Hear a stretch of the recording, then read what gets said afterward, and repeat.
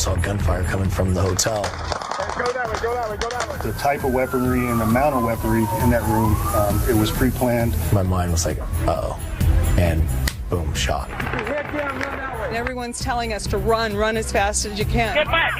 Get back! The shots just kept coming. Oh my God. We pray for the recovery of the injured. We stand together to help you carry your pain.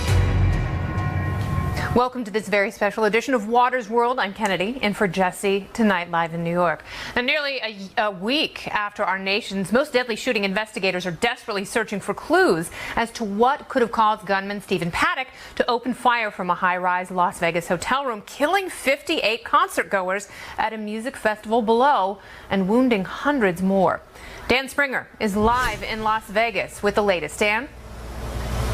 Yeah, and Kennedy, it's frustrating, but there's still no motive out there, but we are still learning a lot more about the shooter's extensive planning. You know, we've talked a lot about this note that was found in the killer's hotel room up there on the 32nd floor, moments after they got inside there and found his dead body. Well, we know that there were numbers on that. It was not a suicide note, a lot of numbers. Well, now, according to CBS News, those numbers were actually a mathematical calculation so this killer could maximize the number of people killed, kill as many people as possible. Stephen Paddock wrote down the distance to the concert below, the drop from the 32nd floor, and the speed of the rounds to figure out where he had to aim to maximize the casualties. But 6 full days after the carnage, and police seem to have no idea what triggered Paddock. They've interviewed those closest to him, his girlfriend, his brother in Florida, no help. They've looked at his finances, his electronics, his last movements, nothing. And now the FBI is asking for the public's help putting up billboards around Las Vegas. Meantime, Vice President Mike Pence was here today helping the city and the entire country heal. He visited one of the several memorials, and he made some remarks at City Hall after a prayer walk. We find comfort in the knowledge that we are united as one nation, as one people, with one voice. United in our grief, united in our support for those who have suffered, and united in our resolve to end such evil in our time. And we know a lawsuit is coming. We don't know when, but probably sooner than later. A lawyer representing some of the victims' families has filed a petition with Clark County Court asking that the court freeze all of Stephen Paddock's assets. Remember, he is described by his brother as a multimillionaire and made $5 million a couple of years ago gambling. So there might be a lot of money. The lawyer says he's going to sue not only Paddock, but MGM and also the concert, the concert organizers. Kennedy? Wow. Fascinating developments. Thanks so much, Dan. Sunday's horrific shooting shook the nation to its core and cast a dark and solemn shadow on the normally lively Las Vegas Strip. But one of Sin City's top performers says the show must go on. Joining me now, Mr. Las Vegas himself, Wayne Newton. Welcome to the show, Wayne. Thank you, Kennedy. It's a great pleasure to be here. I know this has been an incredibly tough week for you, as Las Vegas is a place that you love so much. Where were you when you found out about the shootings? I was coming back from a show in Texas that I had done, and I had flown into Los Angeles on Sunday night and went to bed. My wife couldn't sleep, so she got up and turned on the television. And then with all the happenings that were going on, she awakened me, and we sat there and watched it the rest of the night, and then chartered a plane and came back to Vegas the first thing Monday morning. I mean, Wayne, it had to be utter terror for you. I can only imagine the number of people that you know, socialize with, and have performed with. Did you know anyone who was at the show? Yes, I did. In fact, one of my secretaries was at the show with her family, and a gentleman next to her got shot and succumbed to that bullet. I'm so sorry. So it was well, thank you very much. It was a horrendous thing. The community has come together. They're taking things to the hospital, to the families of the victims. I visited the hospital yesterday myself for about 6 hours. and was just blown away by the efficiency of our medical division, our first responders, our police, Yes. Even to the point where there were 8 surgeons out at Nellis Boulevard that came into the trauma center and offered their help, and they accepted, and they were a part of that also in helping to save. And that's a some really of good the point, Wayne. victims. And seeing those people come together in some of the interviews with survivors, and you know, the situation that they put themselves in, not just the first responders, the off-duty police officers and firefighters and EMT personnel, but civilians who ran back into the venue to help those who had been shot and wounded, and to honor those who, unfortunately, like the person who was sitting next to your friend who succumbed to their Right. injuries, and you graciously donated $100,000 to the cause. Yes, I did. My wife and I wanted to do that on behalf of the Casa de Shenandoah, our extended family, which is our home, and it has been wonderfully accepted, and we're very honored to be able to do that. So many people have given. People were coming to the hospital and handing blankets out and food and anything they could to the families of the victims Yeah. who were still fighting for their life. And those trying to figure out if their loved ones were in fact a part of the horror. So terrifying for so many who lost touch with their family members. Now, Wayne, Las Vegas is a place where people go to escape. It's a place where people go to have bachelorette parties and conventions, and it's a place to go have the time of your life. It is the ultimate escapism. So how long before Las Vegas is back on its feet? I think it's getting back very quickly. There are some performers who took an entire week off, which I find nothing wrong with. God bless them, and we'll keep them in our prayers and best wishes also. There are those of us, like myself, who decided that to take one night off in honor of and in tribute to the people that were killed and injured in that was necessary. But then I felt also that we as performers, we as entertainers, if we've been given any God-given talent at all, it is to be used in positive ways. And the positive ways to do that is to try and bring a moment of civility, a couple hours of entertainment, smiles to their face, memories that are not of this last weekend, and get people back on the road to healing as soon as possible. That's absolutely right. And engage in something that should still bring us together, and that is music. And it just so shows the power of music that is capable not only of honoring that ultimate spirit of love and healing, but also binding people together positively, and you demonstrating that that's what you do. You get up and you move on. Well, when I went on opening night, I took certain things out of the show that I thought might be a reminder of the last 2 or 3 days if someone wanted to take it to that extent. And I didn't even want to allow that to happen. So I changed the show around to where everything we were doing was simply for that audience and for them to have a good time and try and move away from the trauma for as long as they could, which I knew was the only way to heal and move forward. And that's how you do it. Mr. Las Vegas, Wayne Newton, thank you so much. Thank you very much. What should I say? Dankeschön. Still to come, the NFL's first female coach joins me with her take on Cam Newton's sexism controversy. Coming up next, former Congressman Jason Chaffetz responds to the left's accusation that the GOP is partly to blame for the Vegas massacre. Stay right here.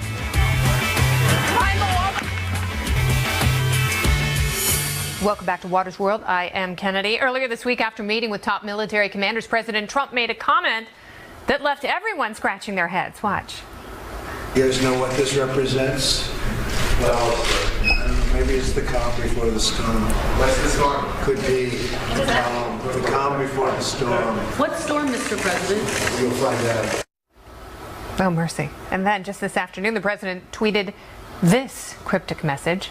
Presidents and their administrations have been talking to North Korea for 25 years. Agreements made and massive amounts of money paid hasn't worked. Agreements violated before the ink was dry, making fools of U.S. negotiators. Sorry, but only one thing will work.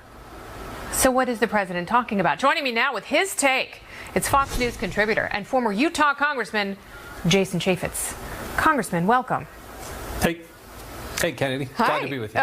Very good to see you this evening. So let's talk a little bit about the only thing that will work with North Korea. Please use your X-ray vision, your emotional X-ray vision, and peer into the mind of our own dear leader. What was the president talking about when he made those comments? Nobody knows exactly, but I do. It's sort of Reagan-esque. There was a time in my lifetime when Ronald Reagan took a very tough stance, and I think the world understood that he might actually pull the trigger, and that caused a period of time where we were at more peace with Ronald Reagan than just about any time. So we have the world's greatest superpower. We have the military might to execute it, and now you have a president who's signaling to the world, i.e. China in particular, we will pull the trigger if we need to, and I think that's ratcheting it up so that there actually is some movement to calm the waters. That's my hope, at least. Do you think the president is priming us, letting us know that it's about time that we need to? Is that what he's saying? I think he's priming us a little bit, but I think he's also signaling to the world players, if you have the ability to influence the situation and take down Kim Jong-un a notch so that he doesn't do something stupid, now is the time to do it, because the United States is not going to just sit by, as they did with Barack Obama, and just, hope that one big group hug would actually solve the problem. All right, and clearly a lot of times when the president talks and when he tweets, when he's talking about North Korea, he is talking to China, and it seems like the relationship has been a little bit more effective, and China has been much more amenable to imposing sanctions of their own when it comes to oil exports, textile exports, and some banking regulations that have been loopholes for essentially North Korean money laundering, for a way for them to get money and goods into their country. And China appears to be tightening the noose. Is it because of the president's effective messaging or something else? Yeah, but I personally, I don't believe that we're one good package of sanctions away from having North Korea saying, oh, we better slow down. I think there is but one language that they speak, and that is the might of the military. And there has to be some pressure from China. We have to be in unison, obviously, with Japan and South Korea. New President Moon, took a very sort of dovish type approach, but he has actually ratcheted it up, too, because I think everybody's understanding the severity that they're demonstrating, that is, North Korea is demonstrating that they're able to deliver some very strong capabilities. And, when they tell you they're going to take you out, they tell you you're going to rain destruction on you, we're left with no choice but to believe them. So I think the president is positioning us to take some action if need be to protect the United States. Yes, and he's doing his best to use his unpredictability to our advantage. Well, let's shift gears a little bit, because less than a day after the Las Vegas shooting, Democrats, who refer to themselves as the so-called compassionate party, took the spotlight off the victims and the heroes of the shooting and instead focused on their own liberal agenda. Watch. They say it's inappropriate to be talking about it because it's too soon. Well, maybe it's too soon for you, because deep down inside, in your heart, you bear some responsibility. The president, many Republicans want to put off a discussion on gun laws, obviously, put it off permanently. They argue now's not the time, though there never will be a time. Those poor dears, they can't handle the conversation. When 59 people lie dead, what happens is they roll out, and by they, it's not political will. This is a very deliberate, well-rehearsed series of things that the Republicans, who are doing the work of the NRA, roll out. Motive and compassion be damned. Well, the same happened last week with President Trump's response to hurricane-ravaged Puerto Rico. The left claiming he didn't do enough because he doesn't care about them. So, Congressman Chaffetz, let's start with the reaction to the shooting in Las Vegas. You had family members who were not reunited with their families. They had no idea whether or not the concert goers they knew and loved had lived or died at the hands of a psychotic killer. We still don't know the motive behind the shootings. There are so many unanswered questions. Yet at 10:03 a.m., Hillary Clinton was tweeting about silencers and how somehow if there had been an arbitrary law that would have stopped this person from mowing down as many people as he possibly could have. Your thoughts? It really was disgusting. I mean, at a time we're still in shock and we're mourning. Look, everybody wishes you could put that genie back in the bottle and somehow make sure that that guy in that room with those guns was not able to do what he was able to do. And I wish there was some magical thing that any one of us could do to make that happen. But you've got to understand that we don't understand the motive. We don't understand what's going on here. And if the Democrats were actually true about what they're trying to say is they don't like the Constitution, they don't like the Second Amendment, and they don't want anybody to have any guns. But you know what? I do have a constitutional right to have guns. I happen to have 5 of them. I feel more comfortable with them.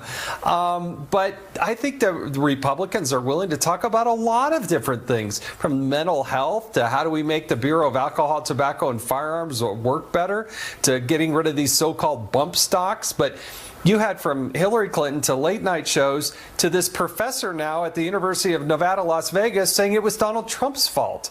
I mean, it really is disgusting, and it further separates the country. It doesn't bring us together. No, you're absolutely right. And you bring up a good point about mental illness. And it's the one conversation that a lot of progressives don't want to have right now for whatever reason. If you don't understand the why, how on earth can you tackle the how? You know, how can we keep this from happening again? You can't unless you have those critical and honest discussions that move past the gun control talking points. Congressman, thank you so much for being here this evening. I appreciate it. Thanks, Kennedy. Appreciate it. Very good. Coming up, the woman who admires First Lady Melania Trump so much, she had 9 plastic surgeries to look just like her. What a doppelganger. And, of course, it is Columbus Day weekend, which means it's time for a classic Waters World History quiz. You're not going to want to miss a minute of that. It's coming up. Where did Columbus land when he touched down? New York. More south. Boston. Back, First Lady Melania Trump always getting pummeled by the media for her beautiful appearance. From the heels she wore aboard Air Force One en route to Texas after Hurricane Harvey, to the Timberlands she wore this week while visiting storm-ravaged Puerto Rico. Not everyone agrees. Some say she is a woman of strength and should be revered, not made fun of. In fact, Claudia Sierra admires Mrs. Trump so much, she had 9 plastic surgeries to look more like the First Lady. Yeah. Claudia joins me now, along with her plastic surgeon, Dr. Franklin Rose. Welcome to Waters World, both of you. My goodness, you look like the First Lady. Do people say that to you when they meet you, Claudia? I have had several people say that to me. Similarities. So, Claudia, I have to ask you. She does, Dr. Rose. Congratulations on your handiwork there. So, I have to ask you, Claudia. It's quite an extreme route to take to have 9 plastic surgeries to look like someone else. It might betray a little bit of uneasiness in your soul or mental state, perhaps. Why did you do it, dear? My mental state is fine. It's firm. Okay. I look up to the First Lady for her grace and elegance. Yes. And she inspired me. So that's why I chose to look like her. That's a lovely I love picture. The First Lady. Yeah. Yes. No, I understand. Well, Claudia looks great. She was very pretty to start, Kennedy, and she's very pretty to end. And Melania Trump is an inspiration for all of us, quite honestly. She is in a number of ways, and she's also a great philanthropist. So, Dr. Rose, I have to ask you, if someone comes into your office and says, I want 9 plastic surgeries to look like one of the most famous women in the world, do you ever pause for a moment and think there might be an underlying issue there, or do you just go ahead and do it? 10 would have been one too many. No, I'm just teasing, Kennedy. Actually, when these operations, you can certainly do multiple operations at one time. Everything's very subtle. You know, the rhinoplasty is subtle, the lift in here. She is a breast cancer survivor, I might add. You know, people talk about breast And God bless you for her. your fight, Claudia, because I read that. You were diagnosed at a young age. You persevered, and that was part of the motivation for your transformation. Yes. Right, so it was a reconstructive breast case. She is a mother of 2 beautiful children, so sort of a mommy makeover with liposuction and abdominoplasty. So yes, it sounds like a lot of procedures, but we do these, many plastic surgeons, many board-certified plastic surgeons all across this nation will do multiple procedures at once. It's very safe if it's a young, healthy patient like Claudia, and if they're well-selected operations and they're well-indicated operations. Claudia, it made me sad because you said part of the reason you did it was because you were out there dating and the right guys weren't picking you. Are you happy? I'm happy with myself, yes. And the dating world is very difficult. And I had enough. And I just said, you know, it's time for me to change everything. And I went into Dr. Franklin Rose, and I feel like I've been reborn. And I'm very happy with everything, yes. Have you had an invitation to the White House to meet Mrs. Trump in person?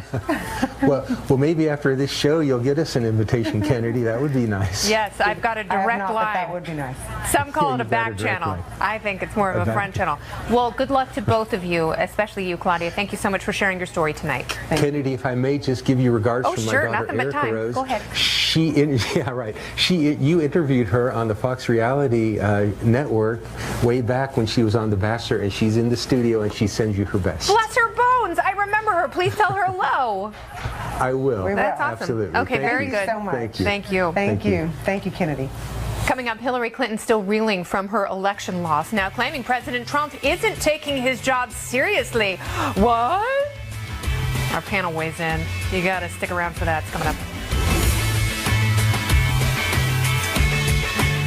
This is a Fox News alert. I'm Molly Line. Hurricane.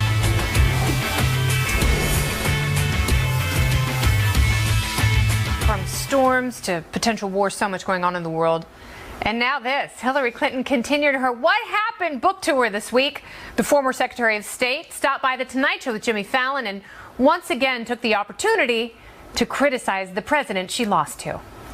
If I'd lost to another Republican, somebody who I disagreed with, but who I thought was temperamentally capable of being president, who would take the job and the awesome responsibilities seriously, of course I'd be disappointed. But I wouldn't be so worried about my country and the world as I am now when I see what's going on every single day. Oh, you're so worried. Well, President Trump isn't taking his job seriously. This coming from the woman who didn't take the election seriously enough to campaign in Wisconsin. But who am I to judge?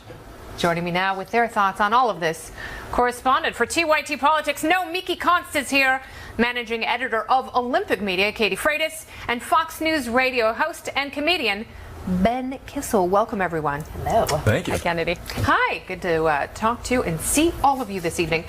So, Miki, I will start with you. You have been a big Bernie Sanders supporter. You have been critical of the former Secretary of State, yet she won't go away. Is this frustrating for you and your cause? I believe in the First Amendment, and I believe that everybody who has a megaphone should be able to use it for the things that they believe in. This person is the former leader of the Democratic Party, and if she really believes that Donald Trump is a bad leader, I encourage her to show up on the streets with the rest of us who are fighting for a $15 minimum wage, for fighting for Medicare for all, who are actually in the resistance, rather than going on the book tour complaining about Bernie Sanders supporters, because that's all I heard the past 3 weeks, and then throwing one thing in about Donald Trump. But show up. I mean, go for it. Use your megaphone. I believe that she has the right to do that. Just follow your words and actually do it. Well, that doesn't pay as much money as shilling on TV trying to sell that fascinating page turner. What happened?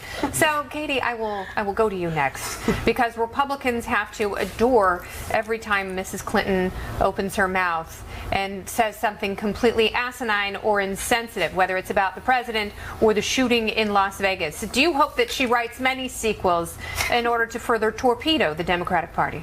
Well, the Republicans should hope that she writes, a fourth book and a fifth book and a sixth, because this is only good for them. And Democrats have been saying, the murmurings have not been quiet, that they would just really love if she would go away. But this is just her endless pity party wrapped up in self-righteous indignation. She can't let it go. And even in that interview clip you showed, it still doesn't quite seem like it's registered to her that temperamental man, she lost to him because she is herself.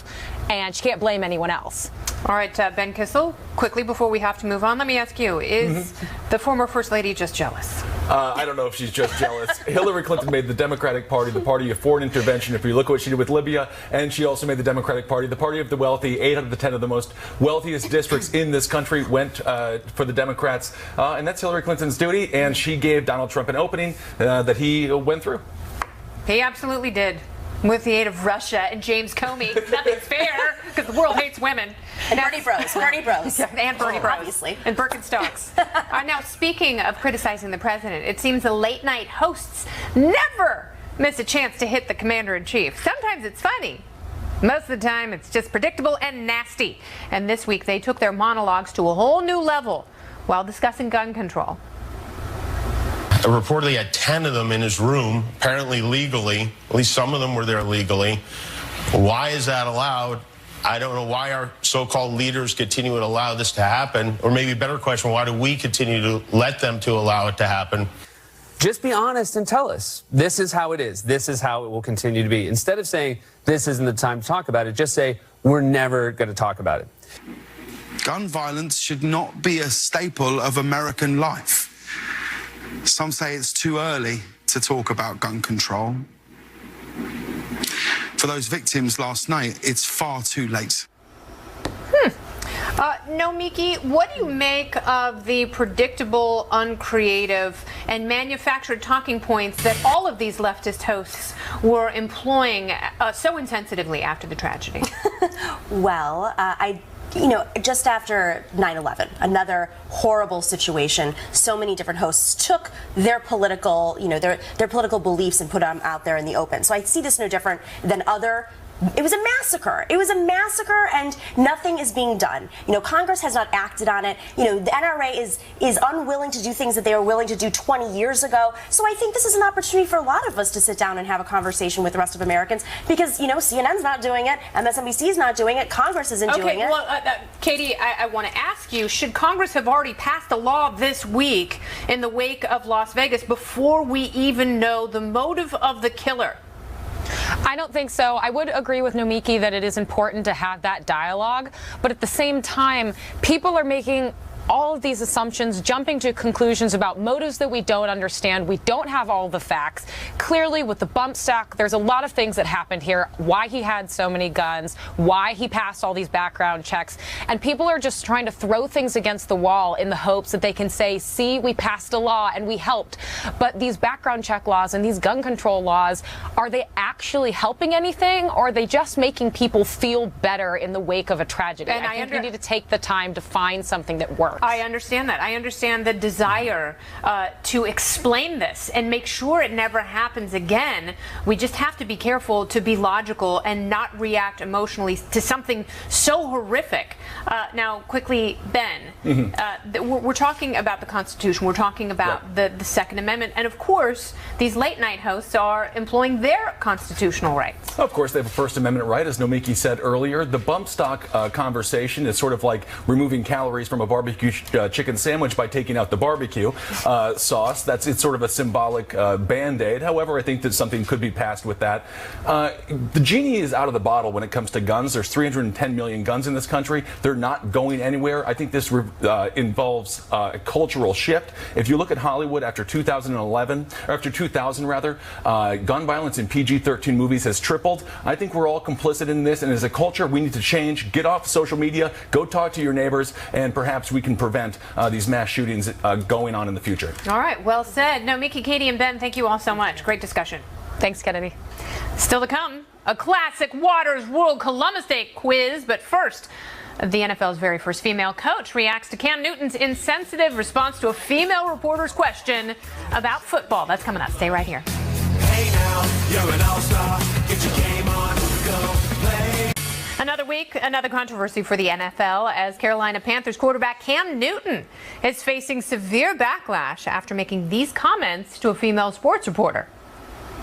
It's funny to hear a female talk about routes. Like, it's funny. Come on, man. Newton has since apologized for the perceived sexist remarks, but not without losing a lucrative endorsement with creamy Dannon yogurt. I spoke about this and shattering the glass ceiling in the NFL with Jen Welter, who made history in 2015, becoming the league's first female coach. She's also the author of a new book, Play Big. What a dumb thing for him to say. Did you ever encounter that sort of overt sexism, like, this is a boys' club and I'm going to laugh at you for trying to be a part of it? Well, you know, the first thing I want to say is relative to Cam, I know him. And we had a conversation after I met him on set of a show where he was showing a little girl how to play football. It was like her dream, and he was fantastic. And afterwards, he was kind of like, you know, Coach, it's like, I beat your team this year. And I said, yes, I know. And he's like, you weren't there. What would you have done differently if you were still there? And he was very curious, right? And I said, do you really want to know? He said, absolutely. I said, I would have played hard off the edge, kept you in the pocket, made you throw the ball, sent a spy on delayed blitz when we kept you pinned in, and by the way, taking out your tight end, right, by jamming him up on the line. And he just smiled. And he was like, well, that's a pretty good game plan. They probably should have kept you there. And so, to me, it's out of character for him. Okay. I won't stand up for what he said. It's obviously wrong. Any of us would be... There are plenty of women who cover sports. There are plenty of female sportscasters and a lot of beat writers across the country who know the individual sports. And like you had played football. Absolutely. And that may be one of the things that keeps women from coaching and a lot of color commentary in this country is not a lot of women play the sport. Right, and it is. And that was one of the things, you know, people said, well, would they listen to you and did you face sexism?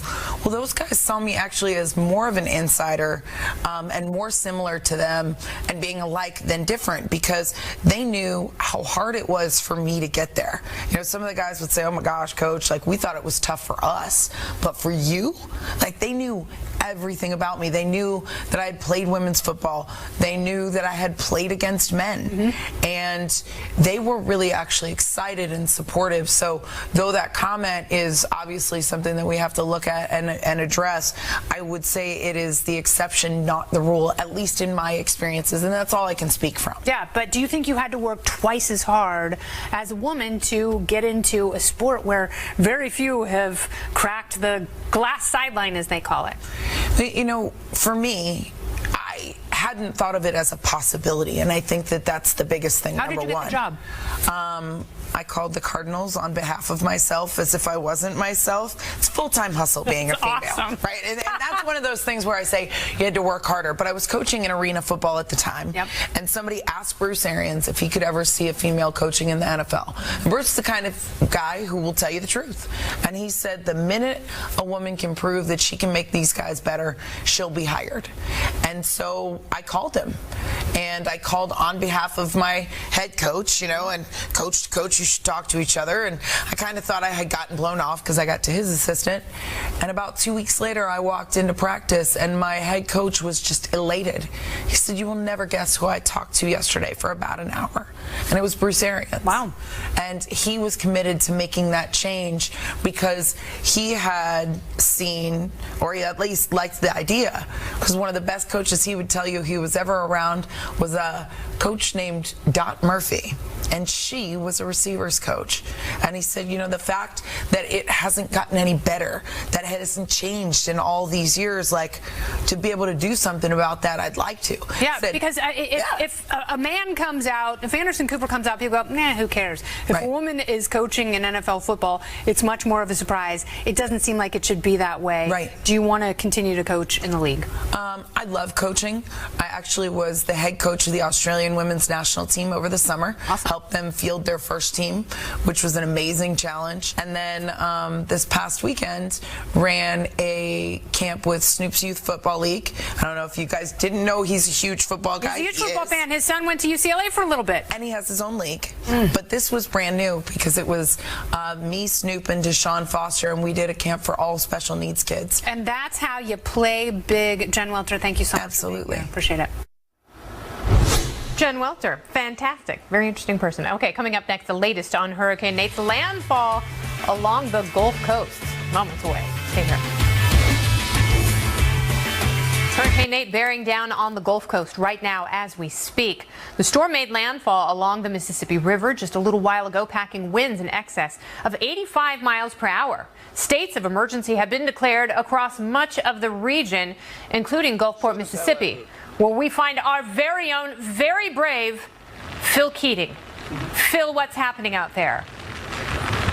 Well, we are finally getting the strongest winds of the days and a very good outer band of rain from Hurricane Nate slamming into the seawall here. A lot of big splash from the Gulf of Mexico. The curfew's in effect, so we're really the only ones that are still outside. The Emergency Operations Center and the sheriff just simply don't want anyone out. It's dangerous, and the storm surge is the big issue in coastal Mississippi and coastal Alabama on the eastern side of this storm. But based on the latest satellite radar loop showing the storm approaching land, it does appear that the loosely organized center of the storm, you can't even really call it an eye, it's not a perfect circle, it looks like it did cross land as a Category 1 down in southeastern Louisiana around the mouth of the Mississippi River. So it's still approaching the rest of the Gulf Coast, and it's going to be several hours, maybe 4 to 6 hours of stronger winds, stronger rains, 4 to 6 inches much of the Gulf Coast here in Mississippi and Alabama. And you know, nobody really needs to be out in this, and that's why the curfew's in effect, not only just for safety, just for it's miserable and dreary out, and everything, according to the experts, is going to get a lot worse, Kennedy. Phil, but that's what you love. You love living on a razor's edge. The sea, the Gulf of Mexico right there could literally leap out from the convenient bounds and swallow you whole. Are you terrified, Phil? I am not terrified. We're standing far enough away from the wall, but we are keeping a very close eye on all of the standing water here. It's just not draining, and so it's about half an inch all over the parking lot of this marina. Most of the boats were taken out of here, by the way, in the last couple of days. But one of the big concerns from emergency management director of Harrison County here at Gulfport at Biloxi is that we had 3 big monster Category 4 hurricanes slam the U.S. Now, all of a sudden, this was just going to be a Category 1, and they really were afraid everybody would just be dismissive of it and not take precautions. But it's coming ashore now. Well, I hope you take precautions, Phil Keating, because I want to see your face tomorrow. Thank you for all that you do, and stay safe. Thank you. Thank you. Indeed, it's a great part of the country. You should go visit it, just not right now. Up next, Jesse finds out how much or little Americans know about the discovery of our country. A Water's World exclusive next.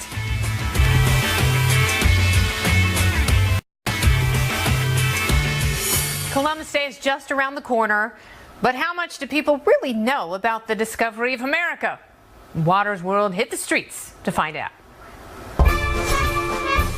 In your opinion, who discovered America? I'm a natural blonde, you do know that. Who discovered America? Abraham Lincoln. Wasn't it Christopher Columbus? The Indians, the Native Americans? They say Christopher Columbus, but it was named after Amerigo Vespucci, who had initially found the continent. That is correct. Now, which Indian tribes did Columbus deal with when he got here? Taino Indian, which is I'm actually descent of Taino Indian. Do you harbor animosity towards Columbus since you're Native American? Not at all. So you have to forgive to live. Tell me how Columbus got here. One of them raftings, right? Well done! Well done! Now, when Columbus got here, where did he land, do you think? He landed in Manhattan Island. What did he do when he got to the island of Manhattan? He formed a colony. Where did Columbus land when he touched down? New York. More south. Boston. What year around did Columbus arrive? Columbus sailed the ocean blue in something 1562, I don't know. It was like 1692. What year did he discover America, Columbus? 1492. Do you know who I am? I'd love to know who you are. I'm Waters, and this is my world. Well, on that note, the show in Waters World is completely over. Be sure to follow Waters World on Facebook, Instagram, and Twitter. And check out my show weeknights, 8 p.m. Eastern on the Fox Business Network. Have a great night. Stay safe. Stay beautiful.